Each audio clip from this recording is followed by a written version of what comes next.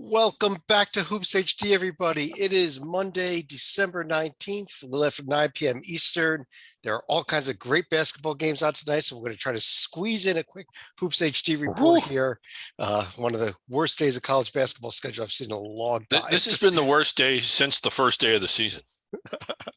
Well, fortunately, you're in the puppet bunker, so it's all good. Yeah. I'm your host, Chad Sherwood, joined up top here by David Dorman and John Teitel. Right below me, Joby Fortson. To his sides, John Salika and David Griggs. We've got a fair amount to get to here, actually, especially what happened over the weekend. Before we even get to that, though, I kind of want to go back a week because right after we did our Hoops HD report last week, I think it was Tuesday or so that the news came out that Sean Miller is not being suspended or getting any penalty whatsoever for everything that went on over at Arizona. And then a few days after that, Mark Gottfried at Cal State Northridge gets a 4-year show cause for probably doing less than what Miller was accused of. Teitel, let me start with you. You being an Arizona guy, any thoughts on what happened with Miller? Well, I got to see him up close and personal on Friday when Xavier came to DC to destroy the Hoyas. I don't recall him being asked about that at his press conference. I do remember looking at the stats and he's the 5th winningest coach active in the sport. It's Self and Few, and I think Tony Bennett is right below him. He's got a great record, which I don't know if that's a cause or effect of all the chaos that went on in Tucson. I think that if they could prove it, they would have stuck it to him, frankly, to send the message. So I don't know if they just couldn't prove it, or do you think that they just went easy on him? May I interject? Okay, yeah, Griggs, go ahead.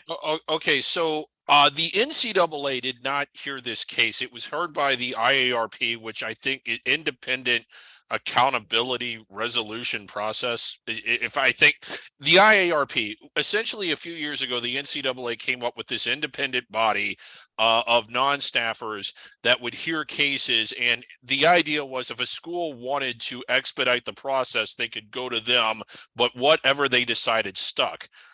It was a horrible disaster, at least from the NCAA's point of view, because it was taken even longer than most of the infractions committees and disciplinary committees at the NCAA were taking. And the IARP's rulings were very inconsistent with how the NCAA was ruling. So the NCAA basically announced at the beginning of this year that they were disbanding it. There were still 6 cases before it. One was Louisville's, the other was Sean Miller's. And they were going to basically resolve the rest of those 6. And once those 6 are over, it's done. They have taken a long time, but in each and every case, they've done almost nothing. So I have to believe that had the infractions committee heard this case, it would have been a very different ruling. Well, and that's the thing about taking it easy on Miller, because you can't prove a case. Given that it's binding and you can't appeal it. Yeah, you cannot. They didn't have to prove any case after that point. And Salika, Right. Sean Miller's at your school now. I guess you're happy about the decision, right? I think one of the rumors we initially heard was that it was going to be 2 games that would have been in Big East play. Now, granted, one of those games would have been against Georgetown, so Seton Hall would have been the only notable one that they missed right here. But I've teased this before. Back in March, when they were going through the interview process, keep in mind that Xavier AD Greg Christopher, he was actually on the committee for infraction, so he would have had The chairman. The chairman. He would have had an intimate idea of just how the process would have worked. I'm sure they would have vetted Sean Miller when they found out that he was going to be available. So once they fired Travis Steele, it was pretty obvious who they were going after. They had to do their homework. So this was obviously the best case scenario for Miller and Xavier fans, for that matter. Okay, but can we agree that the IARP was just kind of almost a hilariously amusing disaster in general, not just with the Xavier case? And honestly, I kind of like that everything that happened is irritating the NCAA. Well, let's see what happens to the Kansas case, but I'm sure Nothing's they're going to get happen. off light now. They're not going to do anything. They haven't done anything. Like All right, they've been disbanded. we need to move on here. We're going to be a Yeah. 3-hour show, and there's not even any games this week. How come the IRP can't ever hear any of my cases, Chad? Let's go into the games that were played. And I want to start tonight in the SEC. And Joby, let me start with you here, because according to Kentucky fans, this season is a complete and total disaster. The team sucks. Cal should be fired. Why? Because you lost a game to UCLA, one of the best teams of the nation. I mean, Kentucky's fine. I mean, this is not going to be the Kentucky team, that went undefeated. Sorry. Until the Final Four. Sorry. We're not having that this year. But this is not Billy Gillespie leading your team. I mean, this is a solid team, actually, for Kentucky. They're going to make the tournament. They may or may not be a protected seed, but the SEC has been strong enough where if Kentucky, like they often do, catch fire, and once all the pieces start to come together, because that's how Cal runs his program, he wants to peak. He wants it to peak in the late in the regular season, and they're going to get wins. As long as they play solid in the SEC, they're going to get solid wins because the SEC has a lot of those available. Yeah, I just don't get why Kentucky fans are in total panic mode, but they are, as is typical with them, I think, every year. Yeah. But Dorman, let me ask you about the other team I have on the screen here on the right, Yeah. the undefeated Mississippi State Bulldogs, fresh off of a thrilling win over Nichols at home, in which they turned the ball over and gave Nichols a wide open 3 to win it that they missed, and a wide open rebound to tie it that they missed as well. But they are undefeated, and that's got to mean something, right? Chris Jans just doing a fantastic, fabulous job at Mississippi State. When you hire guys at the under the radar level, you just don't know what you're going to get. Sometimes they can bring it right with them and they step in and they get it and you win. And sometimes it just, for some reason, it doesn't work. This was the perfect hire. Moving on from Howland, going with Chris Jans. They have taken his philosophy, put it in play, and the schedule, it wasn't great. And there's a lot of tier 4 wins, but Chris Jans is doing a fantastic job. This Mississippi State team is real. If you go 500 in conference, Mississippi State's in the tournament. Yeah, and you still have the Drake game left. The Marquette, the Utah wins are nice. You get TCU and the SEC Big 12 Challenge also. Yeah, I thought the Drake game was going to look good, but Drake hasn't decided to play basketball yet, but knock them off. And I agree with you. Go 500 in the conference and you're good. Yeah, and they have just blown up the Southland in the SWAC. I mean, man, they're not messing around. Hey, Nichols did win their game up. They were up 50 at half today. So, Yeah. hey, I'm glad to hear they held on to that one. Titel, I brought them up last Speaking week. of ripping up tier 4. I'll bring ripping up tier 4. What about the LSU Tigers, Titel? So I thought Coach Matt McMahon was just going to be a Band-Aid after the whole Will Wade WTF season they had last year, but he went 31-3 at Murray State last year. He's now 10-1. His only loss this year, 2 points neutral site to a Kansas State team that's 10-1 in the Cayman Islands last month. They get a home cupcake this week. Then they host a 1-loss Arkansas team to start conference play. So we're going to find out very quickly if they are a paper tiger or not. And the key has been another Murray State guy, 6'10" transfer KJ Williams. Somehow moving from the OVC to the SEC, his stats have gone up. 19 points a game, shooting 80% from the line, and a 6'10" guy, he's shooting 49% behind the arc. It's unbelievable. I understand their only loss is a pretty decent K-State team, but where is their win? I'm looking for it. I mean, well, they have as many top 100 wins as Mississippi Valley. I mean, that is a good point. I think they beat a Wake team that actually was up 20 on him and should have beat him in Baton Rouge. But that's beside the point. It's a bad Wake team. Come on, Rutgers blew them it out is. of the gym. It is. It might be an NIT Wake team, but it's not a tournament team. That's for sure. Stalika, what about when we look at the rest of this conference here? I think the other notable game, maybe a notable loss, was Auburn's loss to USC this weekend.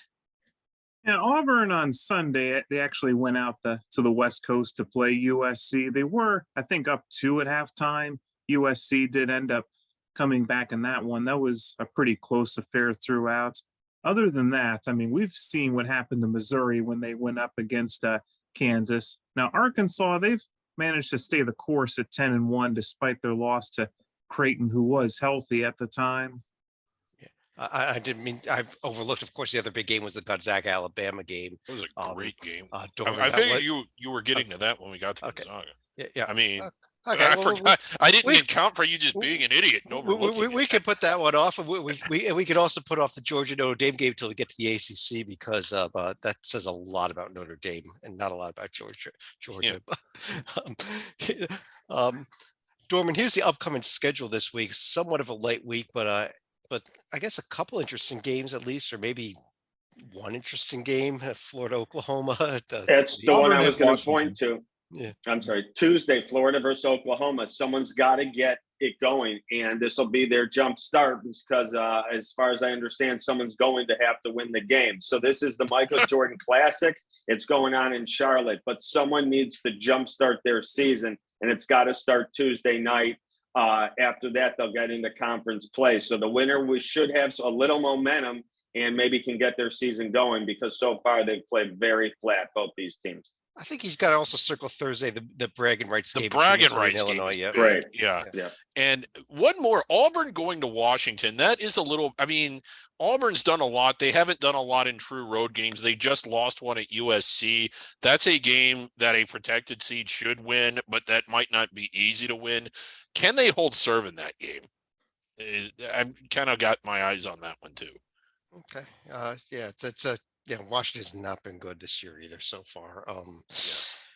Let's jump over to the bragging rights ACC. And Joby, this is your conference, and I think we got to talk about what your Virginia team did at home against Houston.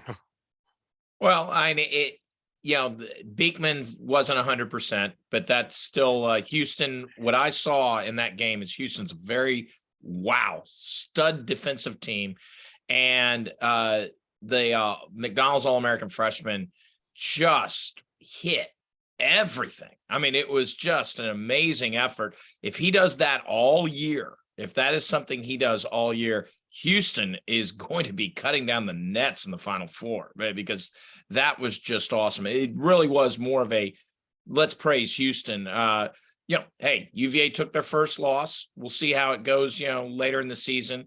They have their, but I didn't leave that game in a panic mode. I'm not a Kentucky fan. I didn't leave that game in a panic. I said, this is a good Houston team. And wow, Kelvin Sampson, and we'll talk more about when we get to the American, but that defensive strategy they have bought Awesome. in, and it is just great to look at. If you wanted to see good defense and with good offense, because the game's in the 60s, not in the 40s. If you want to see two really good defensive teams and how good coaching impacts, that was the game to watch. I got to apologize. First of all, I pulled the screen share down for a moment. Some of the metrics were a bit off on the screen. I got those updated real quick here. Virginia number 6 in the nation, not number 2. And the SEC numbers were a bit off earlier. But Chad, do you think you could possibly mess anything else up tonight? I messed up. I'm carrying this over from last week's Under the Radar when I was just true. Yeah, that was a disaster. Titel, how about a team that's way down there on the number 14 on the list, but 10-3 overall in the top 50 net, the NC State team? Their net is higher than the best team in the top team in the conference. I just want to point that out. And since Chad questioned the LSU schedule, as he should, let's investigate this 10-3 record. So we got 3 losses, all by single digits to Kansas, Pitt, and Miami. 4 top 100 wins over Dayton, Butler, Furman, Vandy, all solid.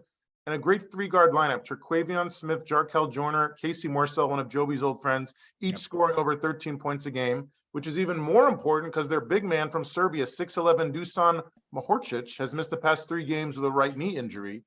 But they host Louisville on Thursday. Chad, are we allowed to consider that a cupcake this year when you host Louisville? Yes. That is a buy game, absolutely, right? How much does Louisville get paid to play that game? Louisville's on a roll. They won 2 in a row. Two-game Yeah, wins. they took care of business against Florida A&M. Miami's still underrated. No one wants to talk about the Hurricanes. Okay. All I they want do to is talk win. about the Hurricanes. Let's Okay, talk let's about talk, right. let's talk Hurricanes Bring first them before I up. go where I was going to Yeah. go. Dorman, how about the Hurricanes here at this 11-1 record with 4 quad 1 and quad 2 wins? Fantastic. Larinaga doing a great job. The only losses we see there is to a solid Maryland squad. This will show us a lot coming up later in the week. It might even be tomorrow night. Tomorrow They night get is the big one. Tomorrow Yeah. night. There we go, Joby, the big one. Virginia's coming to Coral Gables. Can Virginia bounce back with the loss to Houston? I'm with Joby. Was not a bad loss. Fantastic. I thought Virginia looked good, but Miami is going to be ready. The place will be jumping. I think there's a few games every year they get excited about down there. Miami's off to a fantastic start. Let's see if they can hold serve at home against Virginia. And Salika, for all that everyone was ready to write off North Carolina, after the 4 losses early on in the season, they go in the CBS Sports Classic. They beat Ohio State this weekend.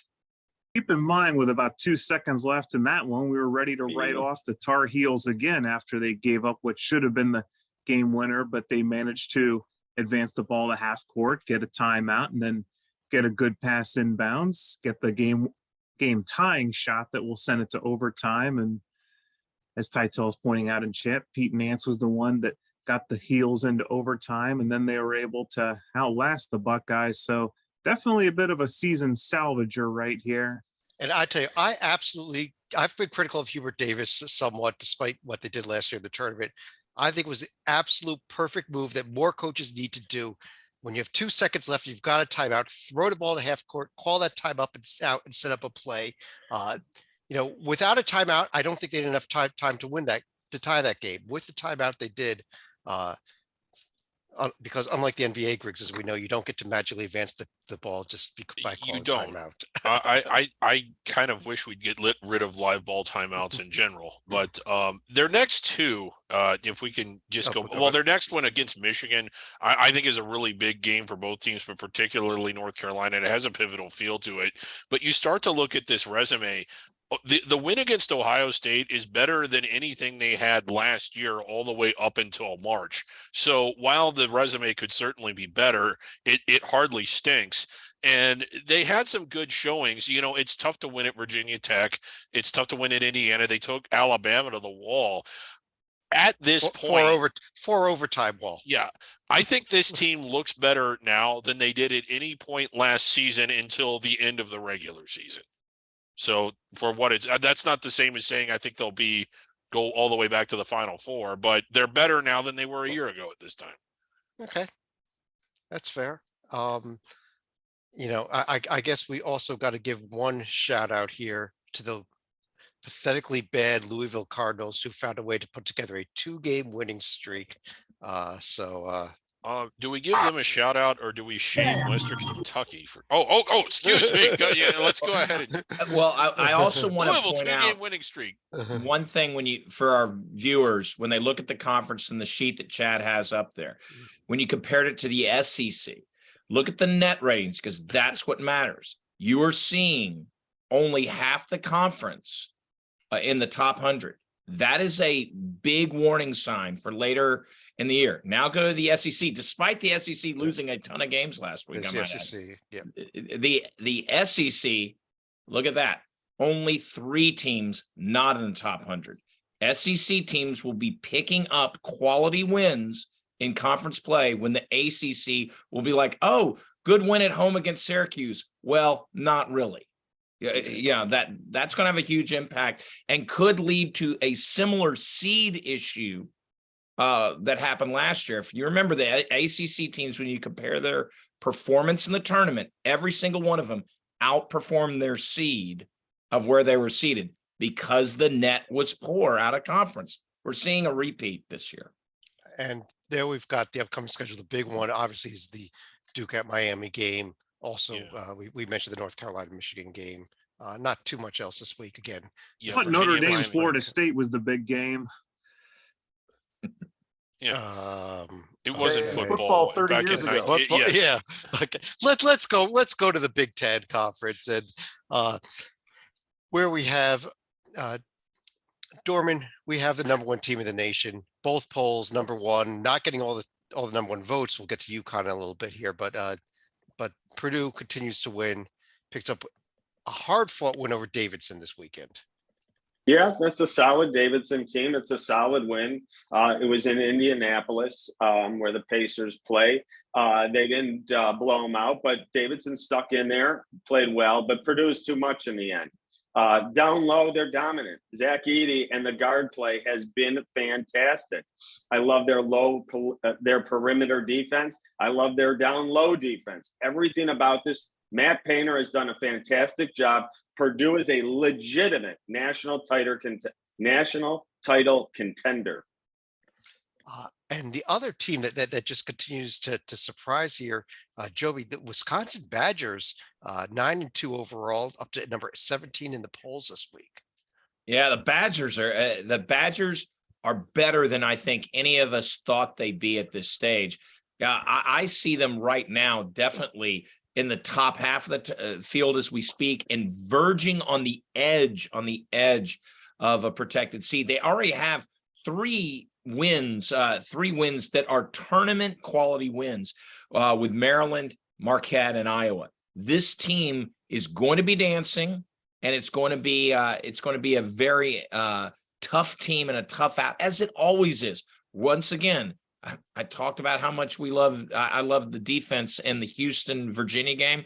Well, throw Wisconsin in there if you like good defense as well. Of course, don't have them play Virginia. Then that pace, that tempo, 340 versus 350 something might scare away a lot of the viewership. Yeah, they were one of my dark horses. Titel, the Fighting Illini up there on the right. I know you want to discuss them because you were thrilled with that Alabama A&M win this week, right? I mean, it's been a roller coaster of a month. They lost at Maryland, Dorman's favorite team in the country. They had the neutral site overtime win over Texas, which is fantastic. Then the home loss to Penn State before beating Alabama A&M. So, they're heading to St. Louis Thursday for the bragging rights game with Missouri. One thing they're not bragging about at all is their 65% shooting from the free throw line. They do have nice depth, though. Terrence Shannon leading the way with 18 points a game. Then he's got 6 guys behind him who are all averaging 8 to 10 points. And it's a nice mix of size and veterans and young guys. So Brad Underwood can plug in anybody he wants because he's got so much depth. Also, nice defense. 6 blocks a game is number 6 in the nation. I love this other team you just pulled Is it up. time to start talking about Chris Collins' team? Yeah, we were ready to is. fire him at the start of the season. I think I think it has been ever since they won at Michigan State. When you look at their wins, the win at the neutral floor win against Liberty is they do have the one road win at Georgetown. Other than that, it's kind of unimpressive. But I will point to this DePaul game. Not that DePaul is spectacular, but they blew DePaul out like a top 25 team would blow out DePaul, and maybe even more so. So, same with Georgetown winning by double digits on the road, winning by double digits against Liberty. So they're looking, they are holding serve and controlling the games that you would expect a top 40-ish tournament caliber team to control. And they got the one big win against Michigan State. The one that is kind of a head scratcher was that blowout lost to Pitt, but they were right in there with Auburn. They're going back to the bakery. They got UIC and Brown coming up, but I think they're going to be really hard to beat at home. And if they can get a few more road wins, they're inside the bubble. I'll tell you, the win at DePaul was so dominating that DePaul's AD actually took to Twitter after the game to apologize to the fans for how bad the team was playing. That's how. Wow. Yeah. It was, I was not aware of that. Yes. Stalika, do you want to talk a little bit about Indiana here off of the blowout loss to Kansas? Well, I think we can safely say Indiana is not going to be one of the elite teams this year. They should still be a solid team right here. Granted, not too many teams are going to put up a good showing at Kansas, but by the same token, not everyone's going to get blown out by 22 against the Jayhawks either. Yeah, and Joby, I want to go back to what you were mentioning before about the ACC versus the SEC. Look at these Nets in the Big Ten. There's only one of them that's not top 86 in the nation. Yeah, and I'm just confused. I'm not going to lie, as the math guy, I'm very confused why. I mean, the ACC won the Big Ten battle. If you compare records, the records are similar. Why are the Nets so wackily different? I don't know. But I think it's just collectively they've scheduled better teams. right. I Miak, I guess more Mac than Miak, Yeah. I think the matchups lined up really well for the ACC and the Big Ten Challenge. It leaned their way. The Big Ten's top teams it just didn't line up well for the Big Ten, but they are every but part Big and Ten better would have than the wanted ACC. Northwestern beating Pitt. I know. I agree with you. You You're right. That was the one game Northwestern didn't show this year. I agree. Yeah. Northwestern's solid, playing good. Well, and Pitt beat NC State, who we just praised. So who knows? Maybe Pitt's better than we think. I don't know. Here's the schedule for the week. And other than Michigan, North Carolina, and Illinois, Missouri games we already mentioned, just don't bother with Big Ten basketball this week. There's nothing's going to be done this week to help any of these Nets. But that'll change. Bucknell to the rack. Bucknell to the rack. Rutgers better win that game. Grambling's gonna that'll actually help some of the metrics. They're gonna win a lot of games in the SWAC. Let's go. That's how you schedule. You schedule good teams that you can easily beat. Yeah. Let's go to the number 2 team in the nation. Team that got a lot of votes was actually number 1 in the net, number 1 in Ken Palm, number 1 in SAG, number 1 in strength of record. Griggs. This UConn team, and I hate to say it because of our good friend Zach, who's a UConn alum. And Yes, I hate to say it. But I think this may actually be the best team in the nation, even if they are number 2 right now. Yeah, well, let's pull them up if we can, because I hate to say it as well. Our good friend Zach Singer, a major UConn fan, a HoopsHD alum, and you can kind of tell that this is all a mirage. Like the wins that they have in Tier 1, not that impressive. The win at Butler is really not. Yeah, it's a little borderline. But Long Island, they were without one of their key players, and I think, well, maybe they could. Had Long Island had better players, they probably don't get blown out by nearly as much. So you have to take things like that into account. Let's not just praise UConn. What's funny is I like a lot of those Tier 2 wins sitting there. Yeah, oh yeah, totally. I mean, Oregon is getting Oregon. better and better and we'll get to them in the Pac-12. But I mean, that's a nice resume, and we all know that it's very good. I don't think UConn runs the table in the Big East, but I will say this: in looking at every game they have remaining, I don't think I would pick them to lose an individual game. It's just, if you ask me, will they win all 20 of them? My answer is probably not. They might lose 1 or 2.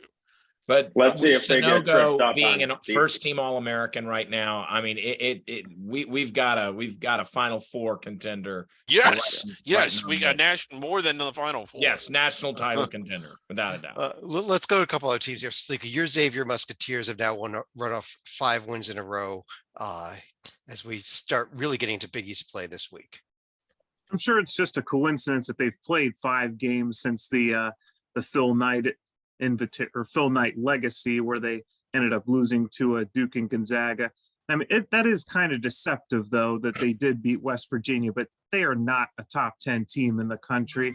If you pull up Xavier and Marquette, I think you're going to see there's a reason why the Golden Eagles are actually in the top 25, whereas the Musketeers are going to be knocking on the door right here.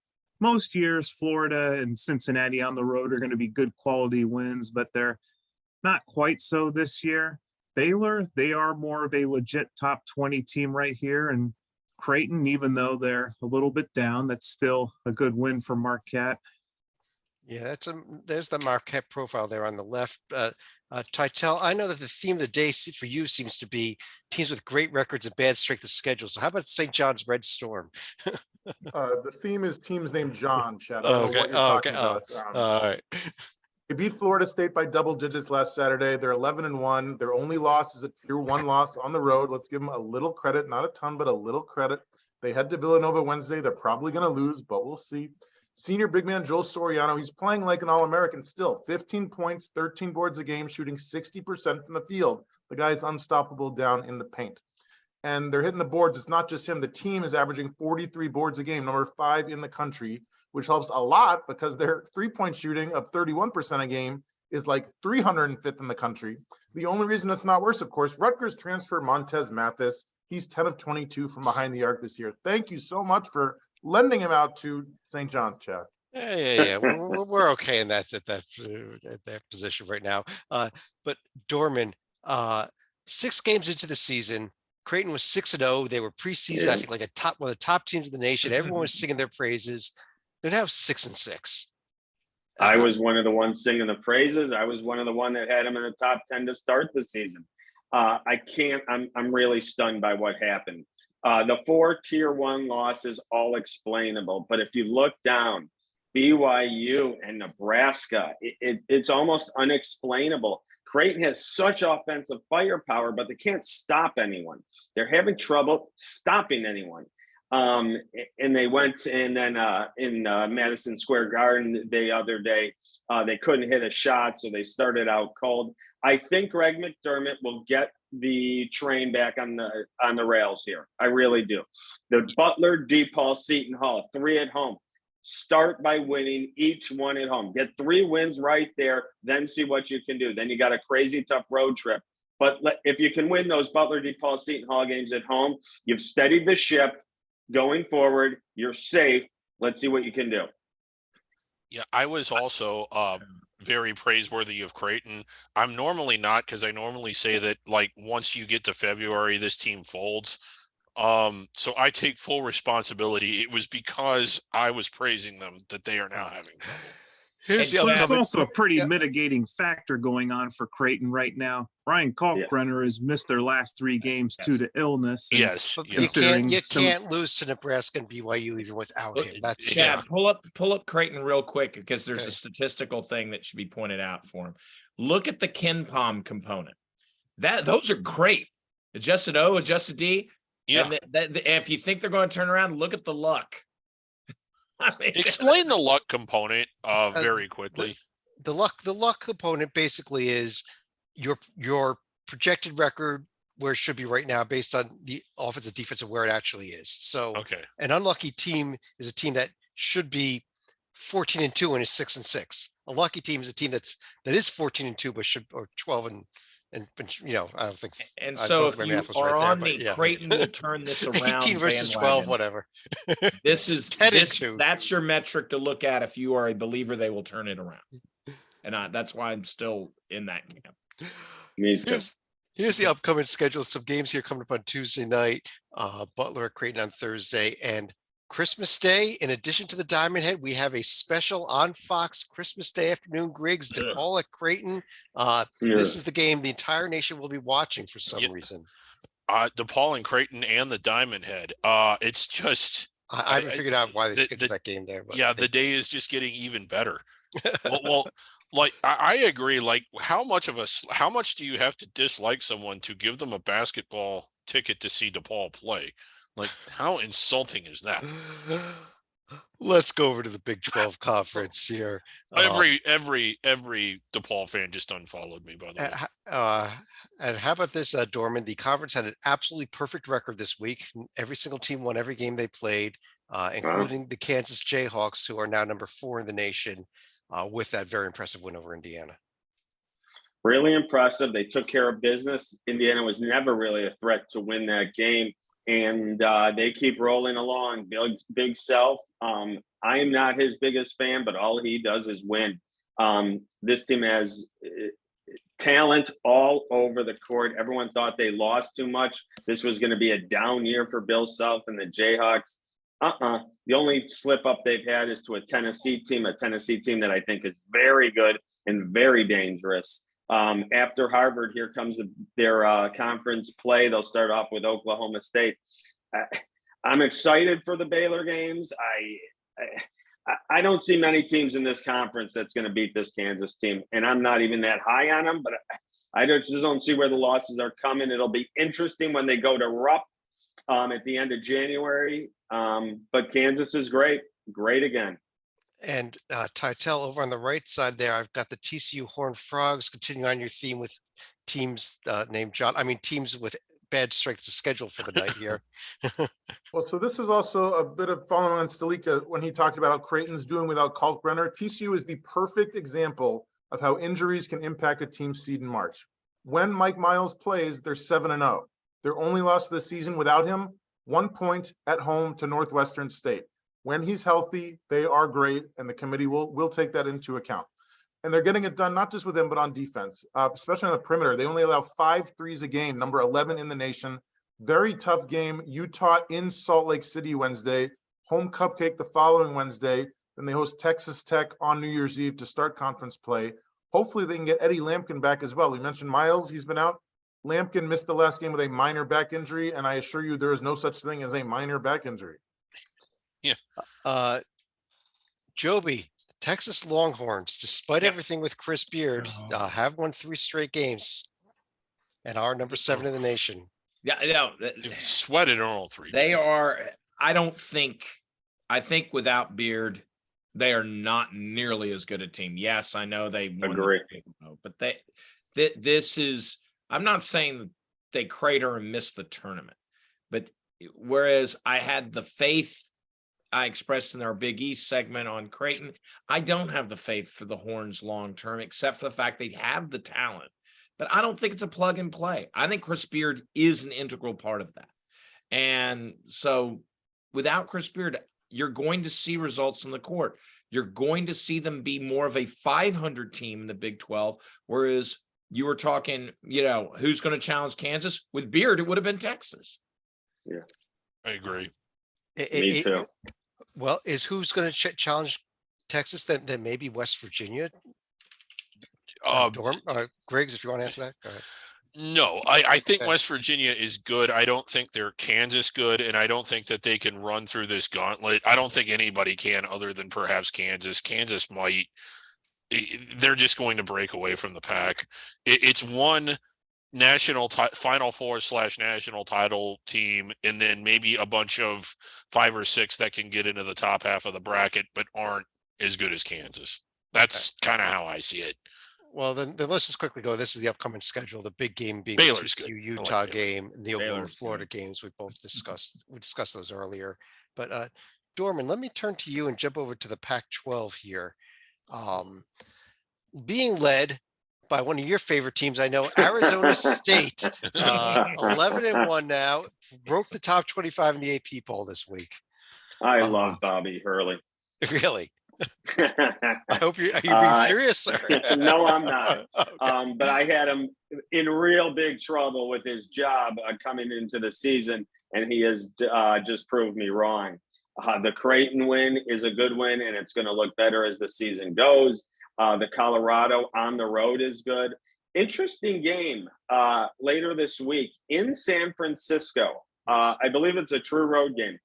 That'll be interesting. Let's see if Arizona State can do exactly what they've been doing, hitting big shots, and see if they can knock off San Francisco, because the next game, home to Arizona, they will be buried. Yeah, and Titel, Arizona had one of the biggest wins of this week with the win over Tennessee Saturday night.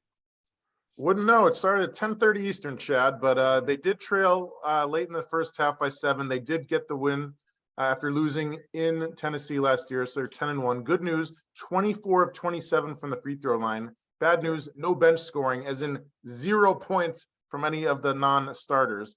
They do have a pair of home cupcakes before heading to Tempe. We could have a 12-1 Wildcat team and a 12-1 Sun Devil team. Would be amazing. And Rocco's favorite Swedish player, Pelle Larsson, tied his career high, 17 points against Tennessee, 9 of 9 from the free throw line, or as they say in Sweden, from the free cast linea. Okay. What time does that tip off? That Arizona State Arizona game? Not I 10:30 believe- Eastern, I'm pretty sure. Yeah, I believe it's 8:30 Eastern for TV. Because I hear they're having a big viewing party for it in New York City at Times Square. Yeah. They're gonna put it up on like the Jumbotron there. Joby, can you figure out the Utah Utes for me? Blow out Arizona, lose to BYU. I think the Arizona game's a fluke. They got them at home. That's where it comes down to. I'm starting to believe Arizona State, because the only loss they had was a Florida-esque loss to Texas Southern. It seems like Texas Southern does it every year. On the other hand, Utah, come on. I mean, winning in Pullman actually isn't, is deserved, but it's not even the Sam Houston, because Sam Houston's a decent team, but BYU is just not. And it's not like, oh, that's a strange place for me to play. Okay. Yeah. It's a hard place to play. I know, civil, holy war, blah blah blah blah blah. But It's pretty this wild. team's not that good. They're really fair not. They, Right. They we're being told it's a 2 p.m. Eastern start for that Arizona State game. Even better for There you go. let's put it this way: you barely beat Georgia Tech. I'm just, Yeah, they did. they did. Yeah, and there's some pretty So- there's so some did, like, pretty good Radford. teams in the state of Georgia, I mean, but none play basketball. Washington State was in the game, even all game against Baylor late last night. They stuck around. They hung around. Washington State might win some games in this conference. I know they're off to a bad 0-2 start, but I believe they'll pick up some wins in this conference, finish right in the middle there. Well, Cal did move out of the 363rd spot in the J&G, and now poor Elon is 363 and Cal's 362. but Elon has a lot better chance of winning games this season than Cal does. Yeah. Well, it's Santa Clara. That was the strength of schedule of Santa Clara that pulled them out. They lost. There's actually, that's not Cal. That's Cal State Bakersfield. Let's get Cal up here. Just real quick. Big game coming up this week, Cal. Their home game against Texas Arlington, their most winnable game left on the season. So Yeah, I don't think a they win winless it. versus Texas Arlington has not won a D1 game yet. So Yeah, and that creates a huge dilemma. I just don't think it can be done in the Pac-12. There's not a good enough really bad losses to be had. But if anyone's going to go for the double, the Stallings and the secondary. Stalika, USC has run off 5 wins in a row, kind of quietly, up until the win against Auburn this week. And we've already touched on the Auburn win right here. And unlike Utah, they do have a win here against BYU. Other than that, though, their biggest win is against Long Beach State. Not too many wins in the top 2 tiers yet for the Trojans. But are they doing what needs to be done to get back after that rough start and the Gulf Coast loss and all that? Well, they did about all they could, considering they passed up their chances for wins against Tennessee and Wisconsin down in Atlanta. Played well in those games, though.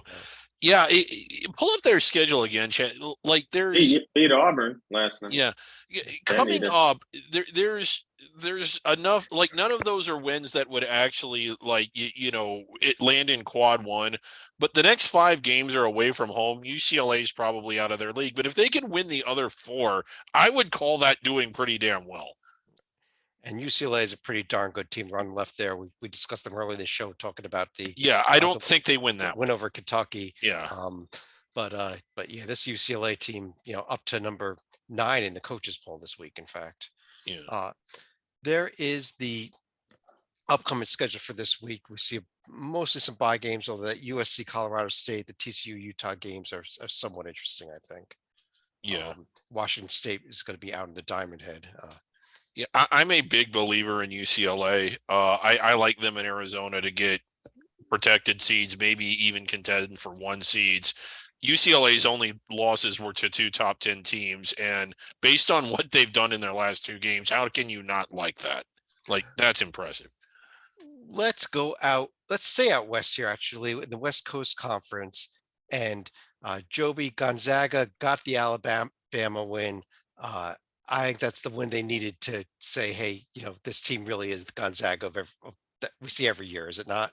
Yeah, no, they got, and as David Griggs will often say, you need to have a win like that against fellow protected seeds, and Alabama most certainly is one right now. And so I could see conceivably Gonzaga now run the table the rest of the season, without a doubt. If they do that, they are a 1 seed. But their 3 losses they have to date, if they lose 1, 2, 3 games, it probably costs them that 1 seed line. But you know what? They're destined for. I'll be shocked if they aren't a protected seed. I'll be shocked actually if they're not a 2 seed or higher. They got the 2 St. Mary's games left. They also got to play Santa Clara on the road here coming up on January 7th. Titel, I think you want to talk a little about the Broncos, yes?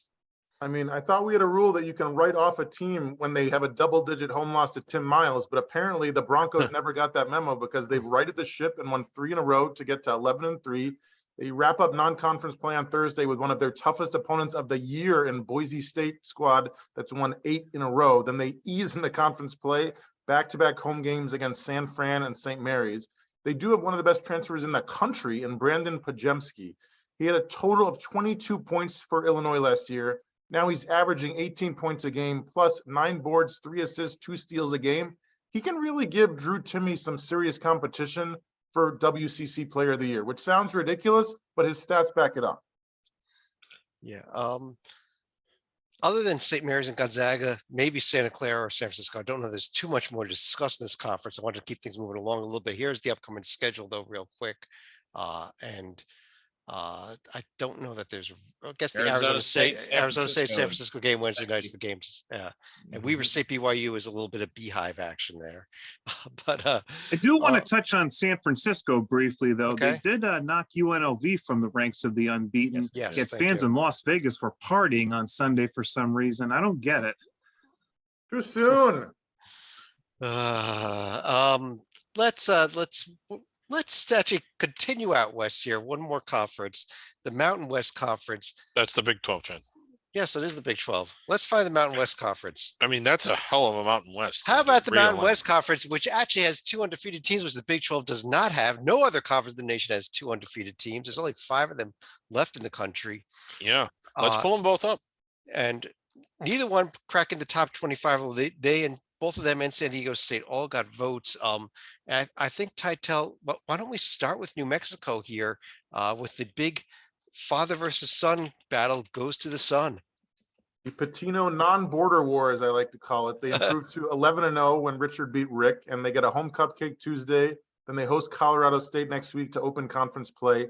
If the basketball gods have anything to say about it, please, gods, you should circle February 1st on your calendar. We could have a 21-0 Lobos team against a 20-0 Utah State team in the Mountain West game of the century. Their offense, 3-headed monster. Morris Udeze, Jalen House, Jamal Mashburn Jr., each 16 to 18 points a game. Great offense, but a key to the winning streak, their ability to knock down free throws. It sounds simple. They make 20 free throws a game, #1 in the nation. You know, the funny thing is here, the person that could ruin that for happening is Patino's father, Rick, as when Utah State plays Iona in the potential semifinal game in the Diamond Head this weekend. So Yeah. Or But San look at Diego these. State may also have a thing or two to say about that. yeah. Look at these profiles, particularly New Mexico, because not only are they undefeated, I mean, it hasn't all been at the pastry card. It's really hard to win at St. Mary's. Iona, good team. San Francisco, probably a tournament team, beat them on a neutral floor. Utah State won at San Francisco, beat an LMU team on a neutral floor that is, while not tournament caliber, still pretty hard to beat. So both these teams have done a lot and looked really good and won decisively in a lot of games. Why aren't the voters voting for any of these teams? That's Because they pay attention what happens in March. Oh, come on. Okay.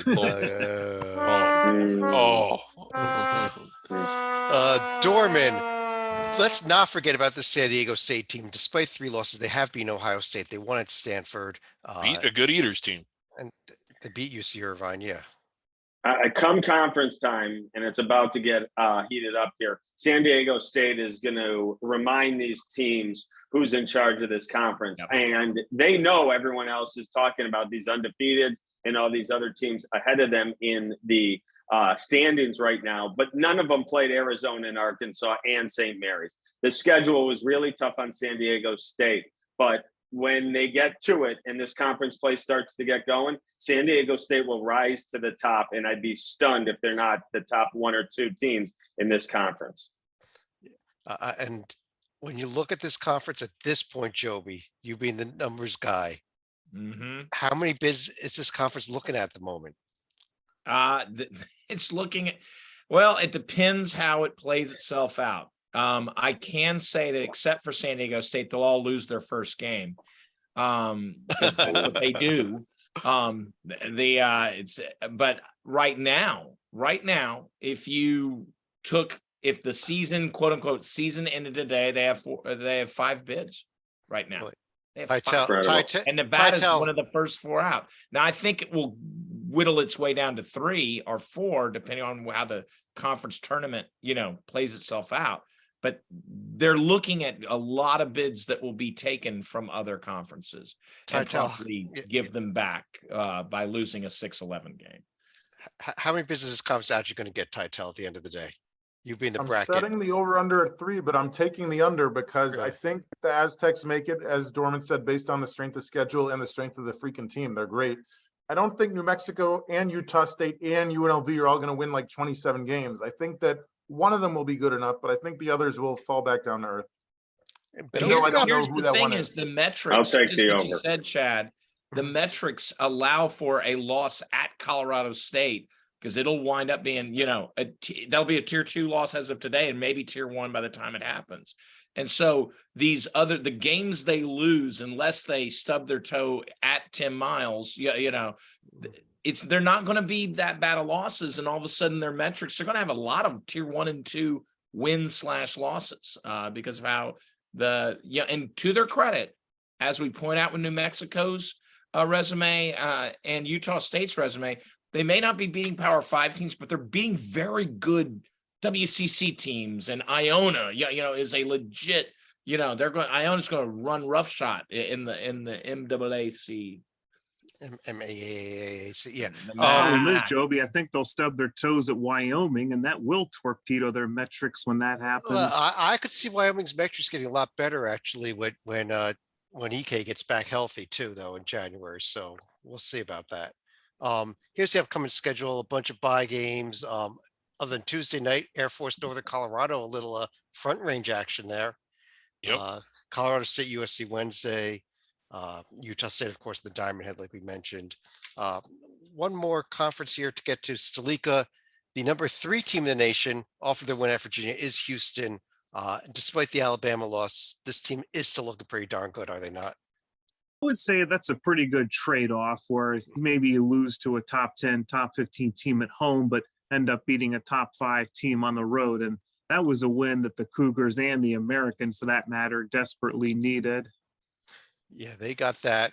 And Dorman, I'm starting to kind of believe in Memphis. Should I be or should I not be? Yeah. Ooh, I'm in. Okay. If I get burned again, so be it. I'm in. Penny and the boys. They were in the game with Alabama. They put on a great last 2 minutes, actually, and almost nudged their way through the door and got tied. But the win against Auburn, they have some solid wins. They're going to need to really dominate this American. Besides Houston, they can't slip up too many other times because they're mostly bad losses. So don't slip up too many times, Memphis. If you can even stay in the game with Houston, and I think you're safe, and I think you'll get a bid in March. Yeah, I agree with that. They don't even play Houston until February 19th for the first time, and then March of the last game of the season. Titel, I got to know you want to discuss East Carolina, another team with a wonderful strength of schedule. I mean, Chad is onto my theme. I'll give him that. So, but I'm a smart guy, but this is one team I cannot figure out. So last month they get the double-digit neutral site win over Toledo, but then they lose at home to South Carolina State. And then this month they shoot 44% from the free throw line in a double-digit loss at UNC Wilmington. Then they get 9 steals and beat South Carolina. This team could finish 3rd in the conference, or they could literally lose their next 20 in a row. Nothing is off the table. The one thing I do know, their star is sophomore guard Javon Small. He played all of 9 minutes last year. This year he's up to 35 minutes a game. He's averaging 18 points, 5 boards, 6 assists, shooting almost 90% from the line. They're going to have to rename him Javon Extra Large. Another team that can make some noise in this league and probably make a run in the bubble. I still like UCF. Yeah. They lost the game to Missouri on Saturday, though, Griggs, and that they did, and it was at home, and it was one that if you're a tournament team, you probably need to win. I still think they're good. I think it was technically a neutral court game, but it was, but it was predominantly UCF. Yeah. And remember at the beginning of the season, I never said that I thought SMU would be good, so don't go back and listen. Here's Stolica. Anything else you're looking at the upcoming schedule this week, or should we just skip this week in this conference? I'd be looking at Detroit Mercy and Cincinnati, if only to see Antoine Davis, to see how many points he runs up against the Cats. Yeah, a lot, but not enough to beat them by himself. He continues to go up that chart here. Those of you that follow this podcast know that we normally have one other conference we discuss. Guess what? We're done for conferences for the day. You want to hear about the Atlantic 10? Tune in Wednesday night for Under the Radar. They have been officially relegated for the show. And are we promoting a conference? No, Okay. we're done. Let's go. We're going to go right to final thoughts. In fact, and Titel, I'm going to start with you while I got the screen share off. In fact, So mine, on a sad note, is about the gentleman you see there, Lewis Orr. At the Xavier Georgetown game last Friday, I learned that he had passed away from cancer at the relatively young age of 64. He first gained fame at Syracuse in the late 70s as part of the Louie and Bowie show, along with his teammate Roosevelt Bowie. He spent almost a decade in the NBA with the Pacers and the Knicks, then retired, then worked for Pete Gillen at Providence, Jim Boeheim in his alma mater, later was head coach at Siena and Bowling Green, and unfortunately for me, Seton Hall, because he beat my Wildcats in the tournament in 2004. Came to Georgetown 2017, spent 5 years on Patrick Ewing's staff. We send our condolences, of course, to all of his family and friends, and he will be greatly missed by everyone. yeah, I remember him on that Seton Hall sideline very well, actually. But yeah, it was a shame. That was a real shock to hear so young. Let's keep moving along, though. I'll pull the screen share down here. And Joby, any final thoughts from you? Yes, I would just like to say that I completely support our actions in regards to relegation. And my exhibit A of that is that the JNG's automatic qualifier from the A10 is, drum roll, Fordham. Yep. I look at Joby, I just got to say that was the only reason why I wanted to keep them up here. Because I look Fordham forward. deserve the 1 year they're good, and they get knocked down. I look forward to Fordham being discussed Wednesday night. Yeah, Conference USA has now passed them, I think, in Ken Palm ratings, and the conference that is pretty bad for the A10 this season. Stalika. I do want to add a footnote to what Titel had said. I think Louis Orr had actually started his career as an assistant at Xavier when Gillen was still coaching the Musketeers before eventually joining his staff over at Providence. But I also wanted to go back to Joby and piggyback on his thought. I want to go back to the last time the last two times the Atlantic 10 had only one bid in the NCAA tournament. One was in 2002, where Xavier at least got the double. Granted, they were above they were way cut inside line the and bubble, actually got a 7 seed and a second round appearance that year. But if you go back to 2005, this is where the A10 could be headed this year. That was the year George Washington had to win the automatic bid and end up getting a 12 seed. That's as low as the A10 has done in their conference history that I can recall since they went to the 64 team format. Yeah. Again, I think we actually spent more A10 time than it deserves tonight, though, and we didn't even pull them up on the screen. But Dorman, how about you? Any other final thoughts? One of the things I love about college basketball are the different special arenas in the country and the different college towns. And it was great last night to see one of them come back. The Pit in Albuquerque, New Mexico last night was rocking, and that place looked a lot of fun. And it was great. New Mexico has had some down years, but they are back this year. Patino's done a terrific job. That place was going off the wall. I commend both coaches for getting the game together. And it's just great to see some of the historic programs coming back. The Pit and the Lobos fans, great job last night. I got to throw one more comment in about the Atlantic 10 going to Under the Radar. Griggs, you'll be happy to know this. Fordham is now eligible for Under the Radar top 10 lists this week. Oh my God, they are. You have any final thoughts? That doesn't feel right to finish the show off. Wow. Well, I was just going to say, this is our last Under the Radar, or I'm sorry, this is our last Hoops HD report before Christmas. And I kind of like to, step out of puppet character a little bit this time of year and try and remember what's really important. And what really is important this time of year is the Diamond Head Classic.